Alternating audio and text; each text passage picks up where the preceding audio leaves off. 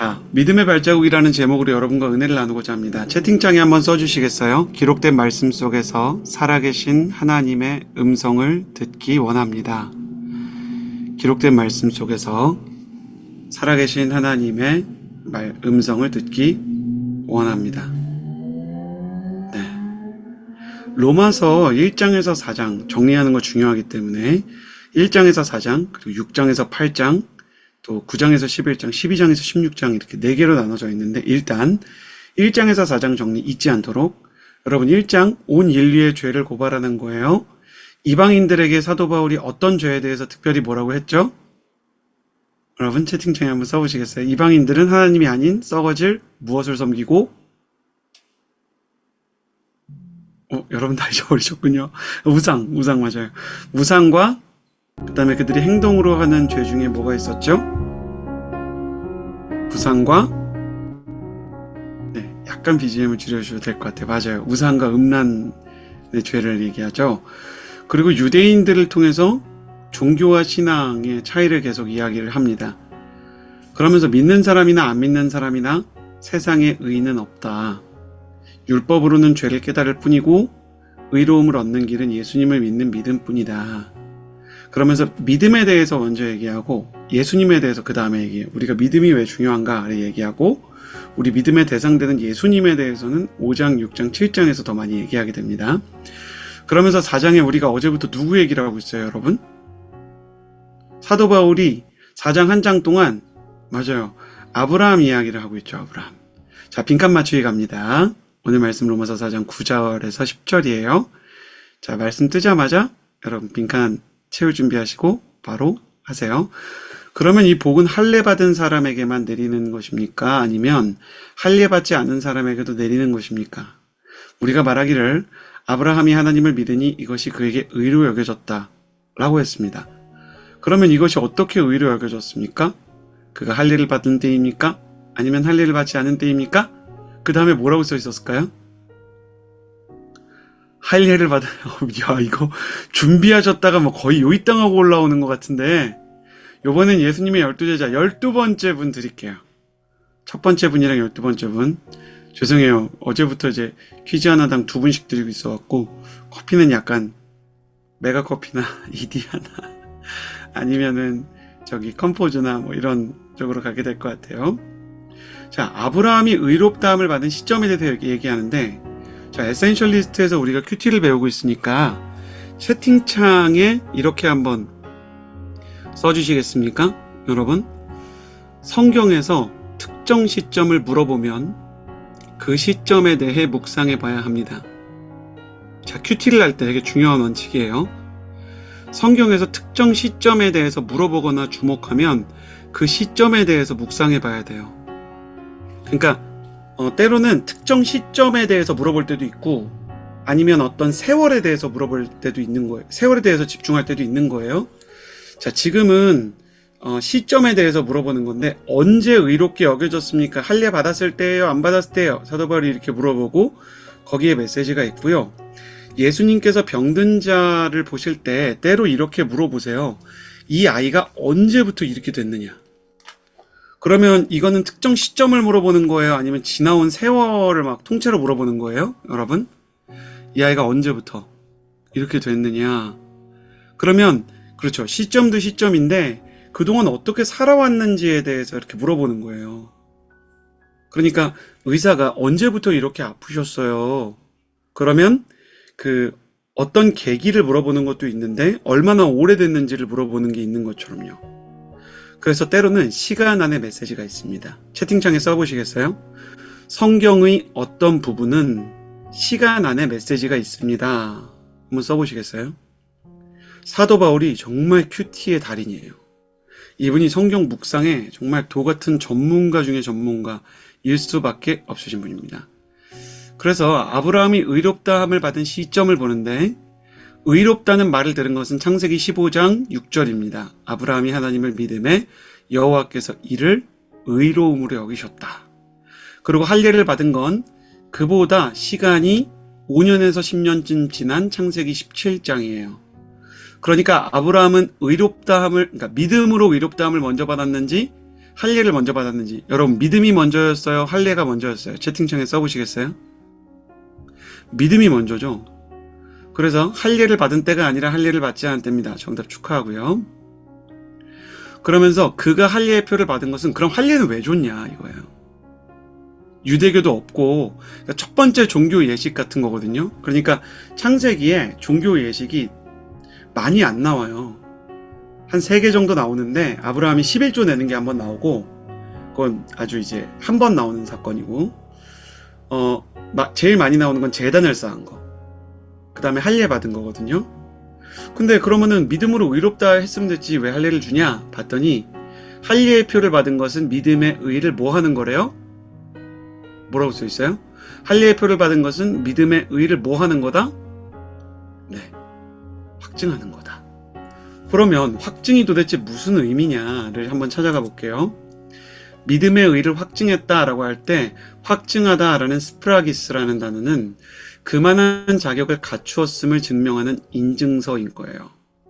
주 안에서 너희는 내 사도의 인이다. 자, 여러분, 사도 바울이 고린도 교인들을 보고 당신들이 내가 목회자로 사도로 부름을 받은 증거입니다 라고 말해요. 여러분, 증거가 미처 드러나지 않아도 사실은 있을 수 있어요? 아니면 증거가 없으면 사실도 없어요? 있다 없다? 있을 수 있다. 아니면은 없을 수밖에 없다. 증거가 안 드러나도 사실은 있을 수 있어요? 아니면은 없을 수밖에 없어요? 사실이 있을 수 있죠. 증거를 못 찾고 범인을 못 잡아도 살인사건이라는 게 있을 수 있는 것처럼, 그러면 사도 바울한테 양들이 없어도 사도 바울은 사도예요? 아니에요? 사람들이 사도 바울을 미워하고 이해하지 못해도 바울은 하나님의 사람이에요? 아니에요? 사도고 하나님의 사람이죠. 그런데도 불구하고 사도 바울이 쓰임받는 증거 중에 하나가, 목회자로서 잘하고 있다는 증거 중에 하나가 구원받은 성도와 선교의 열매래요. 그래서 우리도 아울리치에서 예수님 믿는 사람이 없어도 그 아울리치가 가치가 있어요? 없어요? 우리가 가서 복음 전도했는데 아무도 안 믿었어. 그래도 아울리치는 가치가 있어요? 없어요? 있죠? 그럼에도 불구하고 우리가 구원받는 사람이 있기를 원해요? 아니면 원하지 않아요? 여러분, 구원받는 사람이 있기를 원해요? 원하지 않아요? 원하는 이유는 우리가 선교가 너희 정말 선교 잘했다, 하나님의 그 확인을 받고 싶어서 그런 거예요. 그렇죠? 목회자들도 그렇죠. 어떤 목회자를 하나님이 부르신 게 맞아도 그 사람을 통해서 말씀의 은혜가, 또 예배의 은혜가, 사역의 은혜가 있을 때 성도님들이, 그래, 목사님들은 다 하나님이 세우셨지만 저분은 하나님이 정말 은혜를 주시는 분 맞는가 보다라를 느끼는 것처럼 사도 바울이 그렇게 말했어요. 그만한 자격을 갖추었다, 잘했다, 이런 인증이고요. 한편으로는 도장을 찍어서 소유를 표시하는 거예요. 그래서 죄송합니다, 여러분. 저 이런 거 정말 좋아하지 않는데 채팅창에 써주시겠어요? 찜콩이라고 써주시겠어요? 정말 저 이런 단어 쓰는 거 너무 어렵습니다. 정말 이건 우리 부대표 김찬숙 같은 분들이 쓸 수 있는 말인데, 찜콩 이런 거 있잖아요. 너 내가 찜했어, 약간 이런. 하나님께서 견고한 디모데와, 그리고 디모데와 함께한 에베소 교인들에게 하나님의 견고한 터가 섰으니 인침이 있어 이르되 주께서 자기 백성을 아신다. 하나님이 그 백성에게 인을 치신대요. 국가대표 유니폼을 입혀주는 것처럼, 그리고 그 군사들에게 깃발을 주는 것처럼. 그러니까 할례나 세례 같은 성례는 우리가 아울리치에 가서 열매가 있고 목회자가 설교를 할 때 은혜를 받는 것처럼 하나님께서 너가 잘하고 있어, 그래, 너의 믿음을 그렇게 고백하는 거야 라고 고백을 선포할 수 있기도 하는 거고, 우리의 믿음이 고백될 뿐만 아니라 하나님 앞에서 인정되고 공표되는 시간인 거예요. 이걸 조금 더 쉽게 말해줄게요. 성례와 믿음은 이런 거예요. 성례는, 그러니까 할례도 그렇고 세례도 그렇고 성만찬도 그렇고, 이거를 영어로는 리추얼이라고 부르고, 그리고 우리나라 말로는 성례라고 부르거든요. 거룩한 어떤 예전, 예식. 성례 뭔지 알겠죠? 성례 이해되세요? 성례 뭔지 다 이해하셨어요?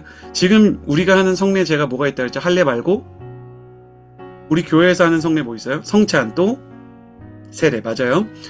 자, 이런 성례는 신랑과 신부가 치르는 결혼 같은 거고, 믿음은 그 결혼식을 가능케 하는 신랑과 신부 안의 사랑 같은 거예요. 이해가 되죠?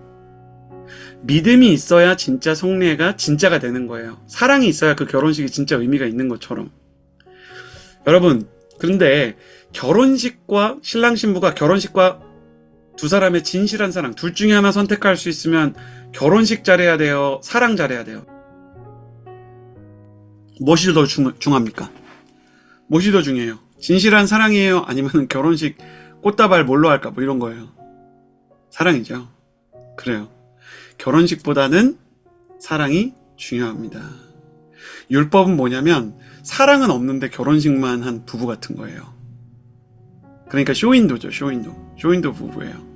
근데 복음은 결혼식을 한 사람도 있고 때로는 안 한 사람도 있는데 진실로 사랑하며 살아가는 부부예요. 우리나라 어른들 중에 결혼식 못하고 사실 그 가족 앞에서 조촐하게 결혼한 거예요. 식사 한 끼 하고 결혼하신 어르신들도 있었죠. 6.25 시대 때. 여러분 있었어요? 없었어요? 우리 한국 근현대사에 결혼식 못한 분들이 있었죠. 그러나 그분들 중에서도 진실하게 사랑하는 부부가 있었겠어요? 없었겠어요? 있었겠다, 없었겠다. 진심으로 결혼식을 못했지만 사랑하면서 살아간 부부도 있겠죠. 그러니까 결혼을 못하면 결혼식을 못했지만 아름다운 거죠. 그래도 그분들도 나중에 자녀들이 볼 때 할 수 있으면 아빠 엄마 결혼식 해주고 싶겠어요? 안 해주고 싶겠어요? 좀 쑥스러워도. 여러분이 자녀면. 우리 엄마 아빠가 나를 너무 잘 키웠는데 이제 좀 부유해졌는데 좀 남사스럽지만 너무 잘 사시면 괜히 우리끼리라도 해주고 싶죠? 그게 사랑에 대한 표를 고백의 순간을 만들어가는 사람의 본능인 거예요. 여러분 축복합니다. 이거 다 아멘 하세요. 여러분 사랑도 하고 결혼도 하게 되기를 예수님의 이름으로 축복합니다. 빨리 아멘 하세요. 여러분 사랑도 하고 결혼도 하게 되기를 예수님의 이름으로 축복합니다. 아멘. 여러분 실제로 연인 만나서 결혼하는 그 일도 진짜 있었으면 좋겠고요. 제가 오고 여우수와의 그 한 해 평균 결혼식이 늘어나고 있어요. 근데 더 늘어났으면 좋겠어요. 더 많이. 제가 막 다 못 가고 막 광고하기 어려울 정도로 그만 결혼하세요. 그만해. 이러다가 다 출산해. 막 이럴 정도로 이렇게 너무 많이 했으면 좋겠다는 생각하는데 영적으로도요. 사랑도 하고 결혼해야 되는 것처럼 믿음도 진정한 믿음도 추구하고 세례와 성찬에도 참여하십시오. 사랑하는 여러분, 동의하면 아멘 하세요. 여러분에게 진정한 믿음과 하나님을 향한 진실한 사랑이 있게 되기를 예수님의 이름으로 축복합니다. 그리고 여러분에게 세례와 성찬의 감동도 있게 되기를 주님의 이름으로 축복합니다. 에센셜리스트 듣다가 맞아, 난 이제 세례 받을 때가 됐어. 주님과 같이 살아가기로 공표해야 되겠어. 내가 부족하지만 난 주님을 사랑하는 마음이 있어. 그런 분들 세례 신청하세요. 혹시 세례 안 받으신 분 있으세요? 혹은 유아 세례 받았는데 입교 안 받으신 분 있으세요? 제가 강연 안 할게요. 손 요것만 해보시겠어요? 저 아직 세례를 안 받았어요. 제가 아직 입교를 안 받았어요. 손 한번 해보시겠어요? 네. 최승현님 축복합니다. 할 수 있으면 올해 세례 받게 되기를 바라고 또 입교를 받아야 되면 입교하게 되기를 바라고 제가 시킬까봐 손 안 치신 분들도 세례나 입교 받게 되기를 예수님의 이름으로 축복합니다. 예, 한대요. 예수님께서는 믿음만 가지고 살라고 하지 않으시고 여러분 마태복음 28장에 보면 그러므로 너희는 가서 모든 민족으로 제자를 삼아 아버지와 아들과 성령의 이름으로 뭐를 주고요? 세례를 베풀고 내가 너희에게 가르쳐 분부한 것을 지키게 하라. 볼지어다 내가 세상 끝날까지 너희와 항상 함께 있을 것이다. 그래서 베드로도 회개하고 뭐를 받으라 그랬어요? 너가 회개하고 세례를 받아라. 이렇게 얘기한 거예요. 성례라는 거는 할 수 있으면 하는 게 좋죠. 여러분 결혼식 할 수 있는데 안 하면 수상하잖아요. 자매님 한번 생각해 보세요. 여기 계신 자매님들. 아니 우리가 연애를 했는데 혼인신고를 하재. 근데 결혼식은 하지 말지. 아무도 모르게 우리끼리 사랑하지. 수상해요? 안 수상해요? 수상해요? 안 수상해요? 수상하죠? 어머나 여기 이혜진님 어이구 잘 적어주셨어요. 위험하죠. 그 사람 약간 혼인민자 사기나 막 가스라이팅 같은 걸 수 있잖아요. 그래서 나만의 그대인 거 되게 이상한 거예요. 그러니까 나만의 그대여야 되는데 모두에게 그게 공표돼야 되는 거예요. 나만 혼자 그 사람과 연애하는 거를 알면 이상한 거예요. 그나마 두 사람이 서로 알면 다행인데 한 사람만 내가 연애하고 있다고 확신하면 더 위험한 거고요. 상대편은 내가 연애하고 있다고 전혀 생각하지 않고 이름도 잘 모르는데 난 저 사람과 연애하고 있다, 그런 분들도 막 늘어나고 있는데 위험하죠. 근데 결혼식을 통해서 사랑의 계기가 되는 것처럼 성례도 성령의 임재를 통해 진실한 믿음의 문이 될 수 있어요. 그래서 칼빈은 성례 자체는 힘이 있는 건 아닌데 그 성례, 그러니까 예를 들어 우리가 떡을 먹고 잔을 마실 때 그게 진짜 예수님의 몸인 건 아니지만 성령을 통하여 그에 준하는 능력과 은혜를 주신다. 이걸 성령 임재설이라고 하는데, 여러분 성만찬하다가 은혜 받아본 분 여기요 한번 해보세요. 여호수아에서 성만찬하다가 너무 감사해서 막 떡 들고 잔 들고 내가 울어봤습니다. 너무 주님께 감사했습니다. 그래서 온누리 교회가 매월 첫째 주에 성찬하는 거 저는 너무 좋은데 여러분도 좋으시죠? 이번 주일에요. 아이고 정말 축복합니다. 그래요. 여러분에게 성례가 은혜가 되기를 바랍니다. 그러나 카톨릭은 실제로 성만찬에 참여하는 것이 구원의 조건이라고 가르치던 시기가 있었어요. 성만찬 참여해야만 구원받는 거야. 그건 아닙니다. 다시 결혼식을 안 해도 사랑하고 사는 사람이 있기 때문입니다. 바울은 지금 율법이나 종교가 다 무용하다는 게 아니라 사랑이 없으면 그렇다라는 얘기를 하는 거고요. 그래서 우리가 적용합니다. 신앙이 형식적이어질 때 복음의 본질로 돌아가야 돼요. 그죠? 성례를 하면서 찬양팀 하면서 순장하면서 내 안에 예수 그리스도를 사랑하는 믿음이 있나? 하나님을 향한 사랑이 있나? 이걸 돌아보는 거예요. 자, 연인이 나를 어떻게 대할 때 사랑을 느낍니까? 팔로워가 나를 어떻게 대할 때 여러분 리더로서 존중을 느낍니까? 제가 쉽게 오늘은 여러분이 생각하기 쉽게 좀 비유를 가져왔어요. 게리 체프먼의 5가지 사랑의 언어라는 책이 있고, 이거 결혼 전에 읽어보면 되게 좋은 책이에요. 5가지 사랑의 언어가 있고, 보통 사람이 이게 다 필요한데 그 중에 최고로 중요한 게 있고 그 다음 중요한 거, 보통 퍼스트 랭귀지가 있고 그 다음 세컨드 랭귀지가 있다는 거예요. 여러분 이거 5개 잘 보시겠어요? 1번 인정하고 높여주는 말, 2번 함께하며 집중하는 시간, 3번 소중한 것을 주는 선물, 4번 나를 향한 헌신과 섬김, 5번 사랑스러운 스킨십. 자, 여러분 1등 2등 숫자로 써보세요. 5다. 네, 2개 써보세요. 2개. 오, 여기 이렇게 자매님들도 이렇게 1번이 중요한 분들이 있네요. 인정하는 말. 남자들은 압도적으로 1번이 높다고 하더라고요. 그리고 자매들은 보통은 2번이 되게 중요하대요. 와, 근데 인정하는 말. 아이고, 최재희님 써봤자 죄송합니다. 그래도 한번 써보세요. 자, 제가 지금 무슨 얘기를 하려고 하는 거냐면, 하나님에 대해서도 이것을 할 수 있어요. 우리가 하나님을 인정하며 높여드리는 1번은 찬양을 할 수 있죠. 그리고 하나님 앞에 머물며 집중하는 기도를 할 수 있고, 때로는 소중한 것을 주님을 위해 헌금하고 가난한 자를 위해 나눌 수 있는 헌금과 나눔이 있죠. 그죠? 4번은 하나님을 향해서 우리가 헌신과 섬김을 할 수도 있고, 5번은 우리가 하나님과 스킨십을 하진 않지만 주님에게 사랑의 고백을 하고, 주님 너무 좋습니다, 사랑해요, 이런 이야기 할 수 있죠. 자, 여러분의 숫자대로라면 다시, 자, 여러분 채팅방에 이렇게 써보시겠어요? 찬양, 콤마, 기도하는 시간, 콤마, 헌금과 나눔, 콤마, 헌신과 섬김, 콤마, 사랑의 고백. 다시, 네, 찬양과 감사. 이 중에 여러분의 사랑의 언어와 맞는 게 뭐예요? 써보세요. 여러분이 뭘 하면 이렇게 기분이 좋았어요? 아까 1번이었던 분들은 하나님도 여러분이 좋아하는 그 찬양과 인정과 주님 높이는 고백을 하세요. 함께하는 시간이 중요한 분들 기도하세요. 선물이 중요한 분들은 헌금과 나눔을 하세요. 헌심과 섬김도 좋습니다. 주님을 향한 사랑의 고백도 좋아요.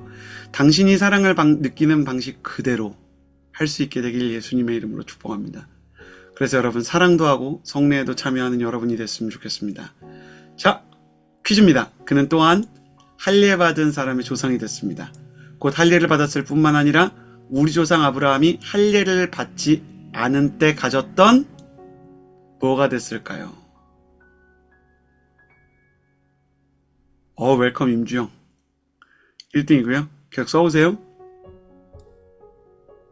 계속 써보세요, 여러분. 계속 쓰고 계시면 제가 성경에서 야, 이거는 좀 의미 있는 단어다. 의미 있는 숫자다. 예. 그런 분한테 한번 얘기를 해볼게요. 요번에는 다니엘이 기도했던 21번째 쓴 분에게 드리도록 하겠습니다. 21번째. 세일에. 누군지 저는 모릅니다. 제가 좋아하는 사람 뽑는 거 아니에요. 믿음의 발자취를 따르는 사람들의 조상이래요. 21번 안 썼으면 어떡하지? 그럼 아직 기회가 있는 거겠죠? 그랬을 수도 있을 것 같은데. 네, 써보시겠어요? 자, 우리가 아브라함을 다 조상이라고 불러요. 할례받은 자의 조상이자 믿음의 발자취를 따르는 사람의 조상이죠. 그는 유대인에게 민족적인 조상이지만 이방인들에게는 믿음의 조상입니다. 그렇죠? 우리가 조상이라고 얘기할 때는 단지 DNA를 물려받았다고 얘기하는 게 아닙니다. 그 스피릿과 혼을 물려받은 거죠. 우리에게 도산 안창호 선생님이라든지 아니면 이토 히로무비를 저격한 안중근 의사 같은 분들에 대한 그 동질감이 있는 것은 그분들이 민족의 혼을 가지고 계시기 때문이죠. 우리가 그것으로 대한민국 건국의 어떤 것들을 배우게 되는 지점이 있죠. 이처럼 영적인 발자국, 정신적인 혼의 흔적이 있는데 채팅창에 써보시겠어요? 신앙은 발자국을 남깁니다. 우리 신앙에 굉장히 중요한 그 상징을 얘기하는 거예요. 여러분이 챗GPT한테 그림을 그려달라 그랬어요. 선조들이 오아시스를 간 길을 따라 우리도 발자국을 내서 후배들이 오아시스를 갈 수 있도록 만드는 그 그림을 그려달라 그랬더니 잘 그려줬어요. 우리는 믿음의 선조들이 성경이나 한국교회 역사에 남긴 발자국을 따라 걷다가 믿음의 후배들이 따라올 발자국도 남기게 될 것입니다. 고민해보고 묵상해봅시다, 여러분. 여러분은 크리스천으로서 어떤 발자국을 남기고 있나요? 여러분의 발자국은 좀 따라오기에 본이 될 만큼 좋은 것 같아요? 아니면 안 따라왔으면 좋겠다 싶을 정도로 엉망인 것 같아요? 써보세요.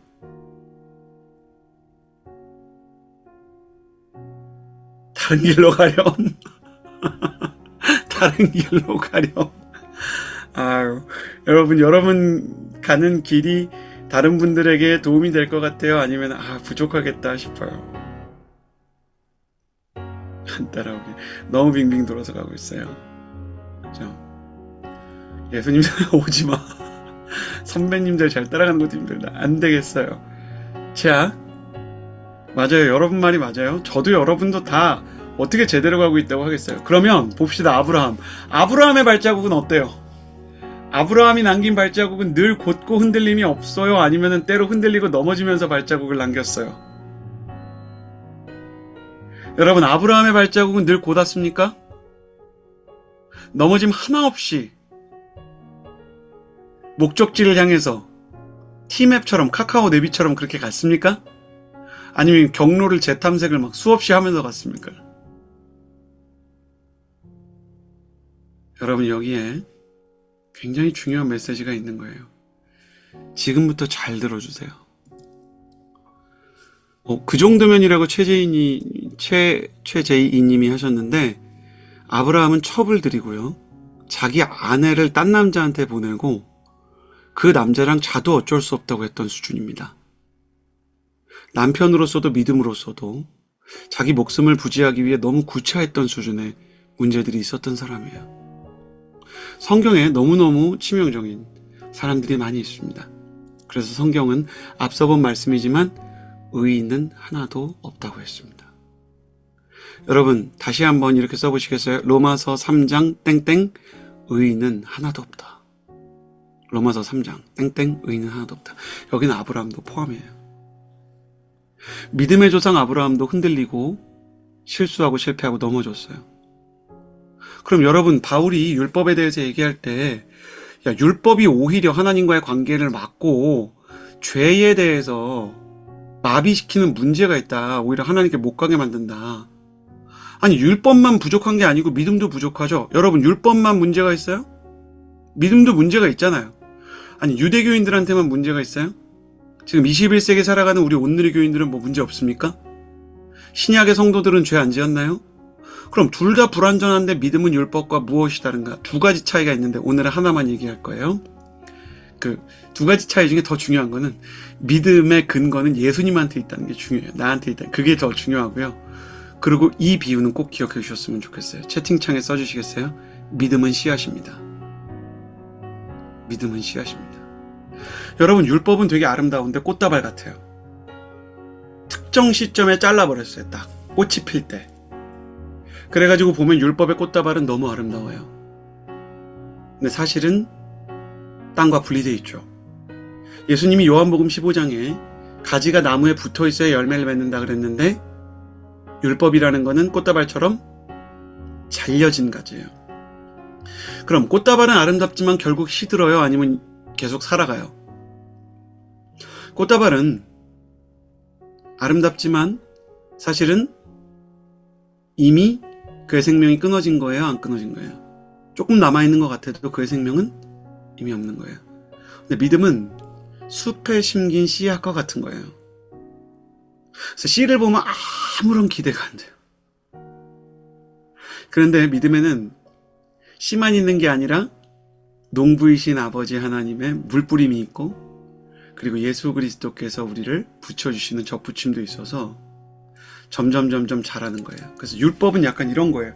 특정 시점을 딱 잘라서 평가하는 거예요.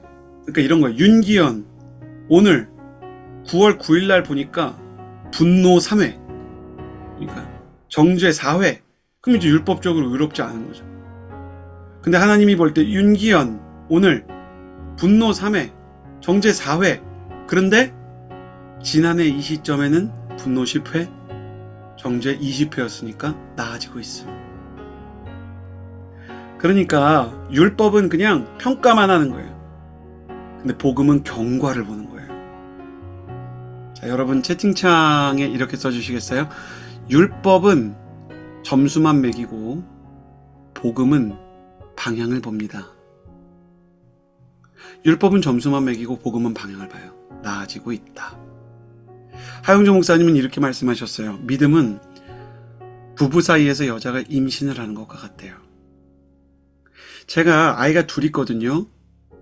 임신을 한 그날 저는 저희 아내가 임신한 줄을 몰랐어요. 그 여호수아에도 요즘에 아이가 이렇게 생긴 가정들이 있는데 그날은 몰라요. 근데 배가 나오고 입덧을 하고 병원에 가서 초음파를 하고 그러면서 내 안에 진짜 아기가 생겼나 보다. 처음엔 뭐 실감도 안 나요. 근데 점점 자라나게 되는 것이죠. 그래서 우리가 어떤 사람을 보고 믿음이 없다라고 단정 지을 수 있어요, 없어요? 여러분, 우리가 어떤 사람을 보고 저 사람은 그냥 믿음 없다 단정 지을 수 있어요, 없어요? 없어요. 없는 것 같아도 그 안에 이미 수정란이 착상했을 수 있기 때문이에요. 사형조 목사님이 남편을 위해서, 부모님을 위해서 전도하다가 낙심하지 마라.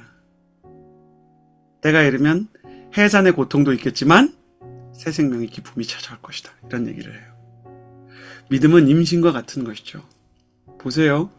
그러면 아브라함의 발자국이 다시 흔들렸다고요? 안 흔들렸다고요? 완전해요? 막? 안 흔들려요? 아니면은 때로는 흔들리고 넘어졌어요? 여러분 채팅창에 써보세요. 흔들렸죠. 하나님이 그럼에도 불구하고 그 믿음을 인정해 주신 것은 그가 흔들렸지만 더 견고한 믿음으로 조금씩 가고 있었기 때문이에요. 내가 여러분을 생각하면서 이 지점에서 굉장히 사랑하는 마음이 들어요. 여러분 포기하지 마세요. 스스로를. 여러분 스스로의 어떤 모난 성품과 못난 죄악 때문에 여러분 너무 낙심할 거 없어요. 목사님 어떻게 낙심을 안 해요? 제가 얼마나 더러운 죄인인데요. 여러분 흔들린 조상들의 발자국을 설교로 들을 때 위로가 되지 않아요? 예수님께 죄송해서 갈릴리로 달아난 베드로 이야기를 들을 때 그 발자국을 보면서 여러분은 은혜가 안 됩니까? 저렇게 위대한 신앙의 위인도 저럴 때가 있었구나. 사명이 감당이 안 된다며 차라리 나를 죽여달라고 엘리야가 절규하는 그 발자국은 어때요? 그를 다시 일으키시는 하나님을 통해 우리가 위로받지 않습니까? 두려움의 장막에 갇혀서 흔들렸던 아브라함의 발자국을 통해서 위로받지 않나요? 여러분 이거 우리끼리 얘기니까 용서해 주세요. 이서진 목사가요, 하여간 흔들린 그 장면 묘사하는 설교를 굉장히 잘해요. 제가 설교 잘하는 것 중에 하나가 이 사람들이 얼마나 흔들리고 막연하고 두려웠을지에 대해서 얘기를 잘해요. 여러분 동의하시면 그런 것 같아요. 써보세요. 여호수아가 얼마나 막연했는지, 초대교회 사람들이 얼마나 막 난감했는지, 그리고 저 자신도 얼마나 믿음 생활하면서 연약한지. 여러분 제가 왜 그러냐면 저는 때로는 흔들렸던 거인들의 발자국을 보면서 막 위로와 힘을 얻는 거예요. 아, 저분들도 그랬구나. 도망쳤구나. 주저앉았구나. 제가 제일 위로를 받았던 거는, 이스라엘 얘기 또 해서 죄송합니다. 나중에 이스라엘 다 가세요. 예수님이 십자가 지실 때도 전승의 초대교회 기록에 따르면 예수님이 3번이나 넘어지셨대요. 나중에 비에오 돌로로사를 가면 예수님 첫 번째로 넘어진 곳입니다. 이렇게 써있고, 예수님 2번째로 넘어진 곳입니다. 예수님 3번째로 넘어진 곳입니다. 근데 제가 마음이 너무 아픈 거예요. 가지 마시지. 뭐 이렇게 다시 일어나서 가시나. 근데 주님이 저와 저를 통해 우리 청년들에게 그 말씀을 하시더라고요. 나도 넘어졌지만 다시 일어났다. 나는 넘어진 자를 다시 일으키는 너의 예수 그리스도다. 그죠? 다 자꾸 흔들리는 저를 보면서 제 자신이 밉죠. 이해돼요, 박진영님? 근데 성경의 인물들도 그렇게 느꼈던 거예요. 그러면 박진영님을 비롯해서 여러분은 신앙인의 연약함을 통해 오히려 위로와 신앙생활의 팁을 얻어요, 안 얻어요? 도움이 돼요, 안 돼요? 도움이 된다, 안 된다 한번 써보시겠어요? 여러분은 신앙의 거인들이 흔들린 모습을 통해서 도움이 됩니까? 도움이 안 됩니까? 도움이 되죠? 자, 그러면 이 질문을 좀 확장할게요. 흔들린 조상들의 발자국이 위로가 되죠? 위로가 되지 않습니까? 아마 위로가 될 거예요. 읽어보세요. 그분들의 발자국이 흔들려도 위로가 됐었다면 오늘 당신의 발자국이 흔들리는 것도 당신이 분노하고 미워하고 당신이 누군가에 대해서 음란한 마음이 있고 거짓이 있고 교만이 있고 우울과 두려움과 의심이 있었던 것도 당신의 자녀들에게, 믿음의 자손들과 다음 세대에게 위로가 되지 않겠습니까? 왜 당신은 베드로와 엘리야와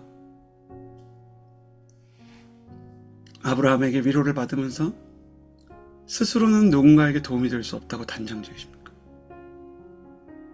사랑하는 여호수아의 청년 여러분, 또 이 자리에 함께하는 원근 각처의 모든 성도 여러분, 왜 당신은 당신이 도움이 될 수 없다고 단정을 짓습니까? 당신에게 그럴 만한 미래를 볼 수 있는 그런 능력이 있습니까? 당신은 당신을 씨앗처럼 심지 않고 꽃다발처럼 잘라갖고 자꾸 하나님한테 얘기해요. 하나님 이거 보세요. 여기 꽃이 없잖아요. 하나님 이거 보세요. 여기 열매가 없잖아요. 그럼 하나님이 어떻게 하냐면 그거를 다시 땅에다가 묻어가지고 뿌리 내려주시고 접붙여주시고. 믿음의 사람도 그렇게 생각했을 거예요. 그들은 그렇게 생각을 했을 거예요. 내가 너무 한심하다. 근데 그들의 한심함을 통해서 우리가 위로를 받는 것처럼 여러분의 한심함도 다른 사람들에게 위로가 되고 여러분의 방황도 다른 사람들에게 용기가 될 것입니다. 채팅창에 써보시겠어요? 교만은 마침표입니다. 교만은 단정 짓는 거예요. 아무리 당신이 못나 보여도 끝이다라고 단정 짓지 마십시오. 끝이다, 그렇다, 아니다. 마침표를 찍을 수 있는 분은 오직 주님뿐입니다. 정죄의 마침표를 기도의 쉼표로 바꾸세요. 하나님, 내가 한 걸음씩 나아가길 원합니다. 그래요. 그래서 여러분, 가장 연약할 때도 주께서 날 사랑하심을 신뢰하며 주님을 향한 발자국을 남겼으면 좋겠어요. 다시 걸으세요. 위러브의 다시 일어나라는 찬양 저 너무 좋아하는데, 좋아하시는 분 손 한번 해보세요. 나 너무 좋아합니다. 정말. 나는 여러분이 그 찬양처럼 다시 일어나기를 바랍니다. 여러분 자신을 너무 미워하지 않게 되기를 바랍니다. 여러분의 방황하는 발자국도 누군가에게 나침반이 될 줄을 믿습니다. 그래서 여러분, 침체와 실패로 포기했던 영적 습관을 다시 회복할 때가 됐어요. 자, 마지막입니다. 여러분, 찬양 그리고 말씀, 기도 중에 여러분은 어떤 데서 제일 은혜를 많이 받아요? 찬양을 할 때나 들을 때, 아니면 말씀을 읽을 때나 그 설교를 들을 때 혹은 기도, 이거 다 여러 가지 나오네요. 그게 여러분의 스피리추얼 오리지널 웨폰이에요. 그러니까 오리지널 웨폰이에요. 정말로. 그러니까 여러분의 오리지널 웨폰 오브 스피리추얼리티. 영적으로 여러분이 갖고 있는 가장 편한 거 있잖아요. 가장 익숙한 거. 그거 습관 시작하셔야 돼요. 찬양을 놨던 분들 다시 찬양하게 되기를 바랍니다. 그리고 기도를 끊었던 분들 다시 기도하게 되기를 바랍니다. 침체와 실패 때문에 주저앉았던 분들 다시 일어나서 하던 대로 하세요. 하던 대로. 나는 여러분이 위대한 습관을 쌓아서 다른 사람들에게 이 사람들이 이렇게 연약할 때가 있었구나. 아유, 우리 윤기현 권사님도 그렇게 흔들릴 때가 있었구나. 그런데 저분이 저렇게 온유하고 저렇게 따뜻하고 저분이 저렇게 믿음이 좋은데 두려울 때가 있었구나. 누군가에게 흩날렸던 흐트러졌던 발걸음도 은혜가 될 줄을 믿어요. 스스로를 포기하지 마세요, 여러분. 그래요. 함께 기도하며 나아갑시다. 오늘은 딱 한 번만 기도합시다.